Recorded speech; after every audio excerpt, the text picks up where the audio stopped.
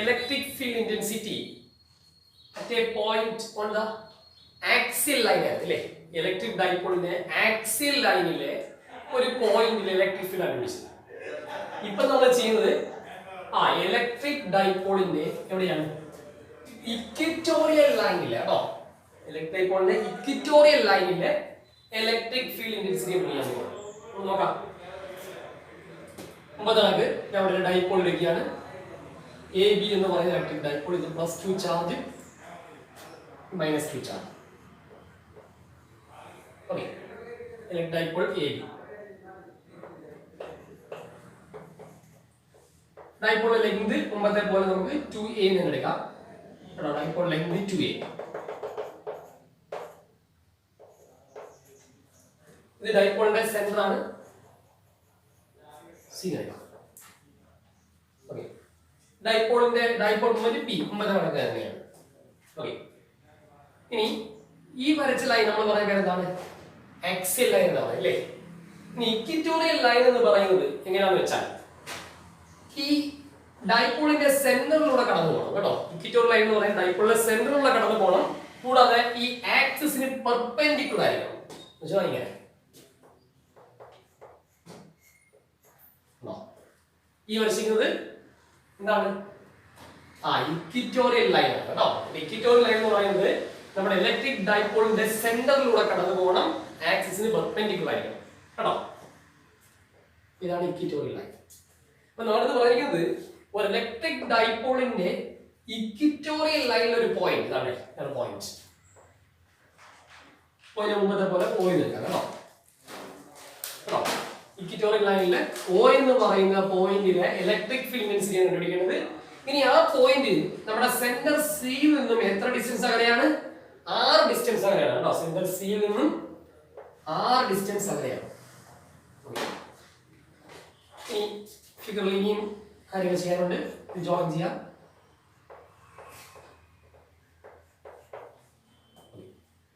ഈ ഡിസ്റ്റൻസ് നമുക്ക് x എടുക്കാം. ഈ ഡിസ്റ്റൻസ് x തന്നെയാണ്. ഓക്കെ, മുമ്പത്തെ പോലെ തന്നെയാണ് നമ്മൾ മെയിൻ ചെയ്യാൻ പോകുന്നത്. ആദ്യമേ ഈ +2 ചാർജ് മൂലമുള്ള ഈ O എന്ന് പറയുന്ന പോയിന്റിൽ ഇലക്ട്രിക് ഫീൽഡ് കണ്ടുപിടിക്കും.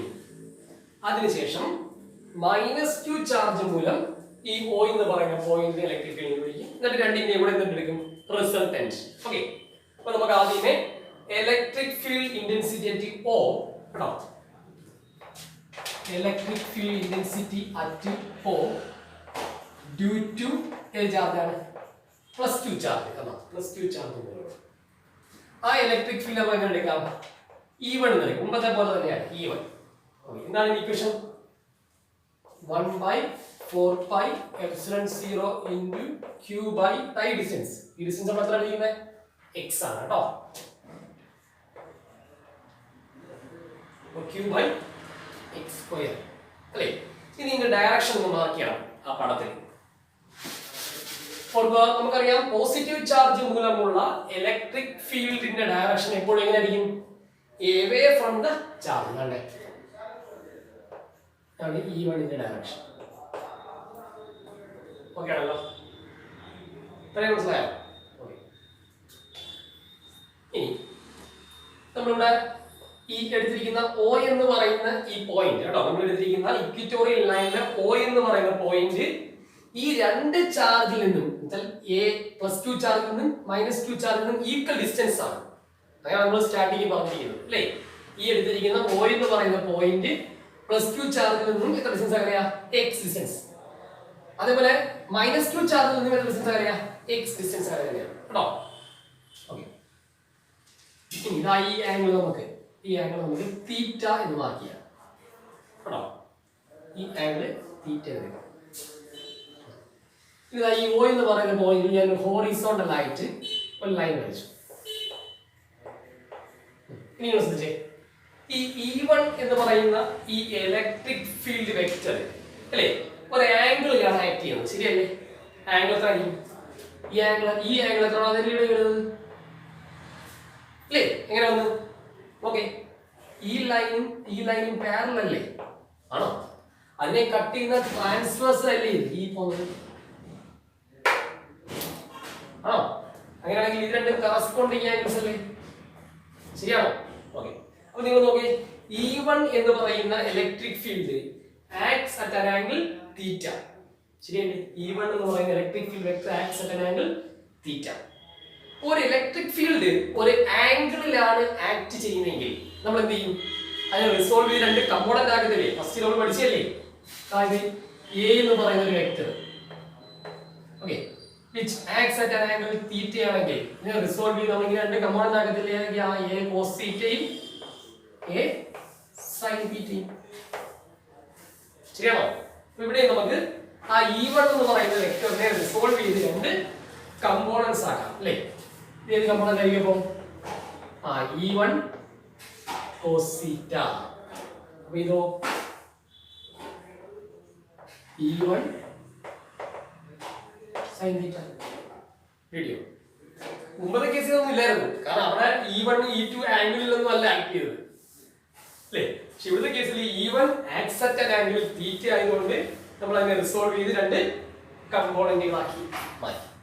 വീഡിയോ ഇനി നമ്മൾ എഴുതാൻ പോകുന്നത് electric field intensity at O due to -q charge.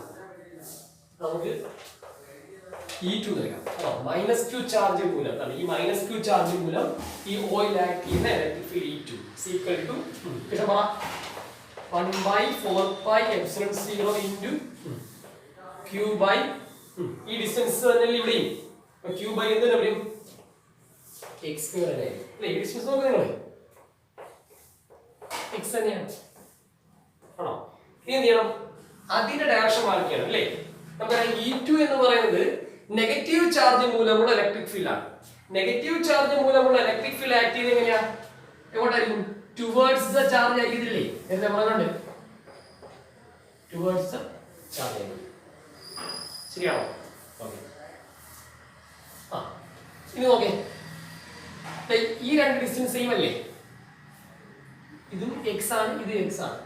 അപ്പൊ ഈ ആംഗിൾ തീറ്റ ആണെങ്കിൽ ഈ ആംഗിൾ തീറ്റ എടുക്കത്തില്ലേ? ബേസ് ആംഗിൾ ഈക്വൽ അല്ലേ? ശരിയാണോ? ഇത് ഈക്വലാറ്റർ ട്രയാംഗിൾ, ഈക്വലാറ്റർ ഇത് ഐസോസെലസ് ട്രയാംഗിൾ അല്ലേ? അപ്പൊ ഈ രണ്ട് ഡിസ്റ്റൻസുകൾ ഈക്വൽ ആണെങ്കിൽ ബേസ് ആംഗിൾസ് എന്തായിരിക്കും? ഈക്വൽ ആയിരിക്കും. ഓക്കെ. അപ്പൊ ഈ ആംഗിൾ തീറ്റ ആണെങ്കിൽ ഇതും തീറ്റ വരുന്നില്ലേ? അങ്ങനെ ഒരു ഓൾട്ടർനേറ്റ് ചെയ്ത ആംഗിൾസ് അല്ലേ? നോക്കേ, ഇത് പാരലൽ ലൈൻസ്, ഇത് രണ്ട് പാരലൽ ലൈൻസ് ആണോ?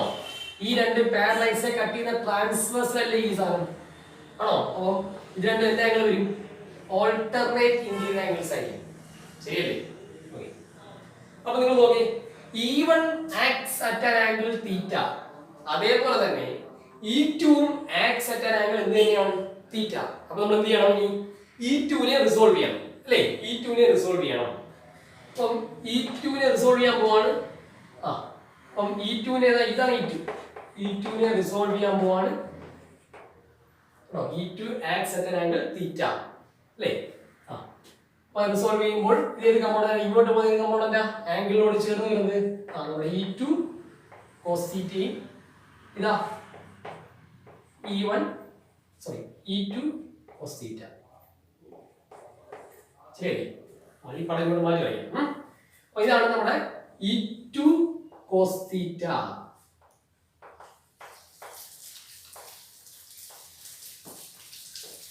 ഇതോ E2 sin theta. E2 sin theta.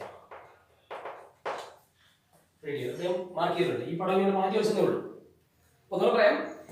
ഇവിടുത്തെ കേസിൽ E1 E2 എന്ന് പറയുന്ന രണ്ട് ഇലക്ട്രിക് ഫീൽഡുകളും ആക്ട് ചെയ്യുന്നത് ആംഗിളിലായതുകൊണ്ട് ആ രണ്ട് ഇലക്ട്രിക് ഫീൽഡുകളെയും നമ്മൾ എന്ത് ചെയ്യണം? റിസോൾവ് ചെയ്ത് രണ്ട് കമ്പോണന്റുകളാക്കി മാറ്റണം. കണ്ടോ? E1 നെ റിസോൾവ് ചെയ്ത് രണ്ട് കമ്പോണന്റ് ആക്കണം. E1 cos തീറ്റയും E1 sin തീറ്റയും. അതേപോലെ E2 എന്ന് പറയുന്ന ഇലക്ട്രിക് ഫീൽഡും acts at an angle theta ആയതുകൊണ്ട് അതിനെ റിസോൾവ് ചെയ്യണം. കേട്ടോ? E2 നെ റിസോൾവ് ചെയ്താൽ E2 cos തീറ്റയും E2 sin തീറ്റയും. ഓക്കെ ആണല്ലോ? ഇനി ഇവിടുത്തെ കേസിൽ നിങ്ങൾ നോക്കിയേ, E1 sin തീറ്റയും അതേപോലെ E2 sin തീറ്റയും നിങ്ങൾ നോക്കിയേ എങ്ങനെയാണ്? ഒന്ന് മുകളിലോട്ട്, ഒന്ന് താഴോട്ടാണ്. കൂടാതെ E1ന്റെയും E2ന്റെയും വാല്യൂ സെയിം അല്ലേ? ശരിയാണോ? E1ന്റെ വാല്യൂ E2ന്റെ വാല്യൂ സെയിം ആണ്. E1 E2 സെയിം നോക്ക്.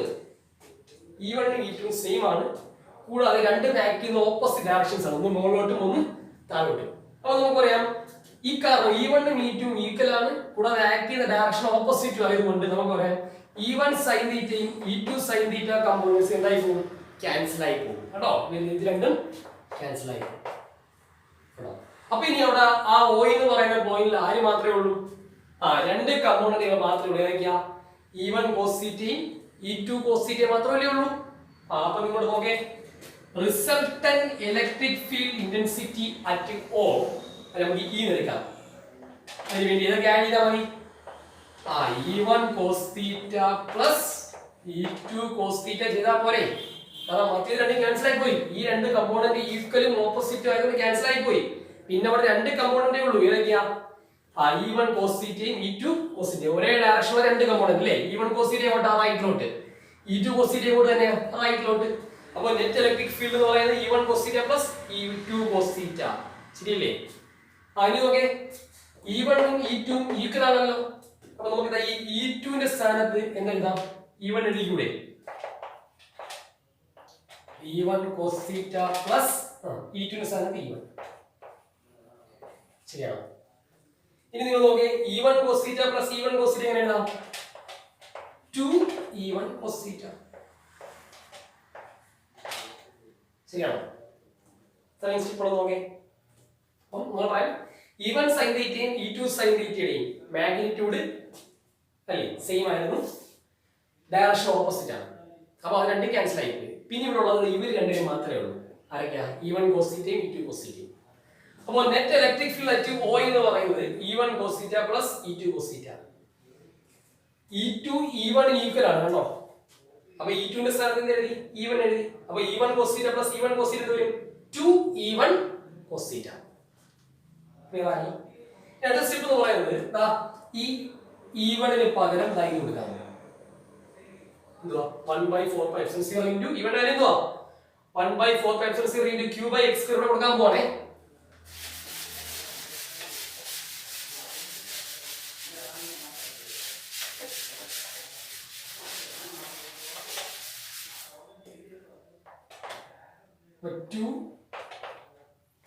നെറ്റ് ഇലക്ട്രിക് ഫീൽഡ് E എന്ന് പറയുന്നത് 2E1 cos θ ആണ്. E1 ന്റെ സ്ഥാനത്ത് എന്ത് എഴുതുന്നു? 1/4πε0 ഇൻടു q/x² ഇൻടു cos θ. അത്ര ഓക്കെയാണല്ലോ. ഇനി ഞാൻ ചെയ്യാൻ പോകുന്നത് ചെയ്ത കാര്യം മനസ്സിലായി. 2E1 cos θ ക്ക് E1 ന് വാല്യൂ കൊടുത്തു. ഇനി അടുത്ത സ്റ്റെപ്പ് എന്ന് പറയുന്നത് ഈ cos θ ക്ക് പകരം ഒരു സബ്സ്റ്റിറ്റ്യൂഷൻ ആണ്. cos θ ക്ക് പകരം അതിനുവേണ്ടി നമുക്ക് ഈ ആംഗിൾ 90 ആണ്. ഇൻ റൈറ്റ് ട്രയാംഗിൾ ACO ഉണ്ടോ? റൈറ്റ് ട്രയാംഗിൾ ഉണ്ടോ? ACO. ആ റൈറ്റ് ട്രയാംഗിൾ ACO യിൽ നിന്നും cos θ ആണ് വിളിക്കാൻ പോലെ. cos θ എന്താ? cos θ adjacent side by hypotenuse. ഇതിലെ adjacent side is AC by hypotenuse, that is AO. ശരിയാണോ? that is cos θ is equal to ഈ മൊത്തം ലെങ്ത് 2a അല്ലേ? C സെന്റർ അല്ലേ? അപ്പോൾ എന്തായിരിക്കും? A. AC ക്ക് വരാൻ A by AO എന്ന് പറയുന്നത് x അല്ലേ?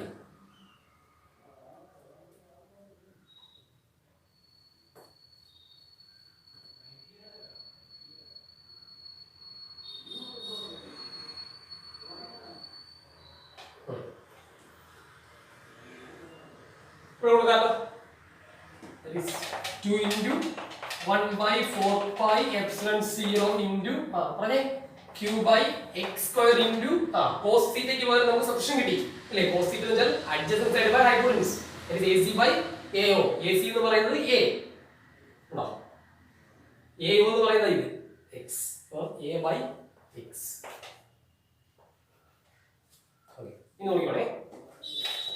1/4πε0 ആദ്യം എഴുതി. q into ഇവിടെ 2 ഇല്ലേ? ഈ 2a യുടെ കൂടെ എഴുതി. അടാ ഈ ഫ്രണ്ടിലുള്ള 2a യുടെ കൂടെ എഴുതി. എന്തായാലും മനസ്സിലായി കാണും.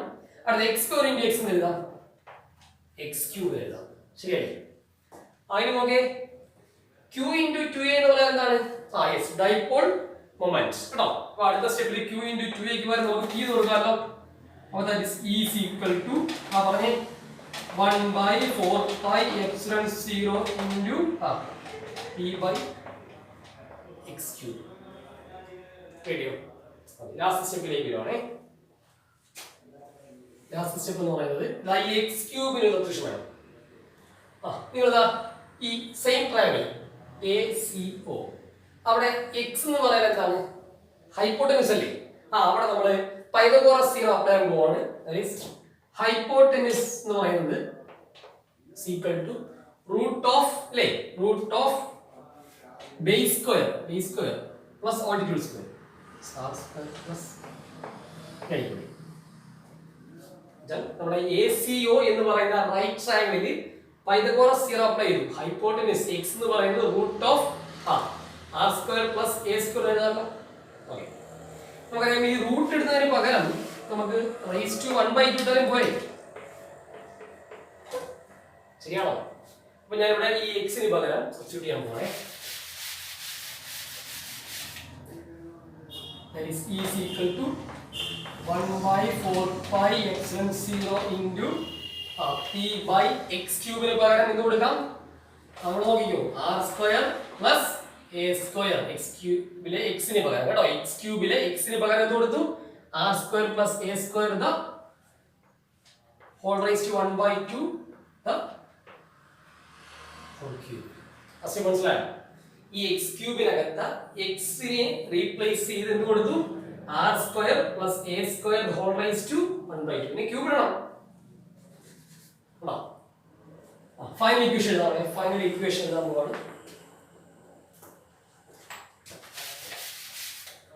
That is e is equal to 1/4πε0 into p by നമ്മൾ മാക്സിമം പഠിച്ചിട്ടുള്ള a raised to m the whole raised to n അല്ലേ? എന്താണ് a raised to mn അല്ലേ? അങ്ങനെയാണെങ്കിൽ ഇവിടെ a raised to m the whole raised to n ഇത് multiply ചെയ്താൽ പോരെ?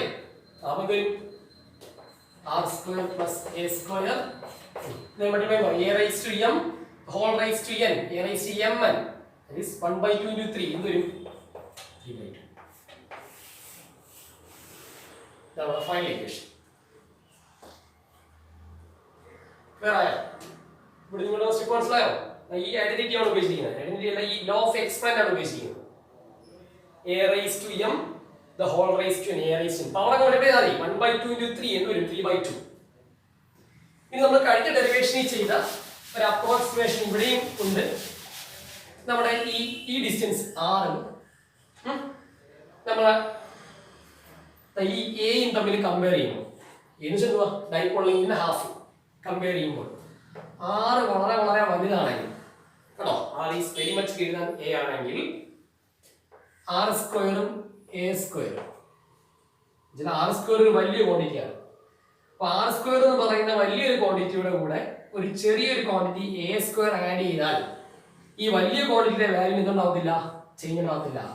r square plus a square approximately എന്ത് എഴുതാം? r സ്ക്വയർ തന്നെ എഴുതാം കേട്ടോ. അപ്പോൾ നമുക്കിതാ നമ്മൾ ഇപ്പോൾ ഡിറൈവ് ചെയ്തിരിക്കുന്ന ആ എക്സ്പ്രഷൻ ആണ് 1/4πε0 into p by r square plus a square പകരം കൊടുക്കാം r സ്ക്വയർ മാത്രം കൊടുത്താൽ പോരെ? ഇതിന് പകരം r സ്ക്വയർ മാത്രം കൊടുത്താൽ മതി. ഹോൾ റൈസ് ടു എന്തുണ്ട്? 3/2 ഉണ്ടോ? വീണ്ടും നിങ്ങൾ നോക്കേ, a raised to m the whole raised to n വന്നാ a raised to m the whole raised to n എന്ന് പറയുന്നത് എന്താണ്? a raised to mn ഇതിന്റെ മൾട്ടിപ്ലൈ അല്ലേ? അപ്പോൾ എന്ത് വരും? ഞാൻ ഫോർ ഷോർട്ട് ഡൈപോളിന്റെ കേസിൽ നമ്മുടെ എക്സ്പ്രഷൻ നമുക്ക് ഇതാ e is equal to 1/4πε0 into p by a raised to m the whole raised to n അല്ലേ? r square the whole raised to 3/2 ചെയ്യുമ്പോൾ കിട്ടിപ്പോത്തില്ലേ? ഇത് മാത്രം എഴുതിയാൽ r cube.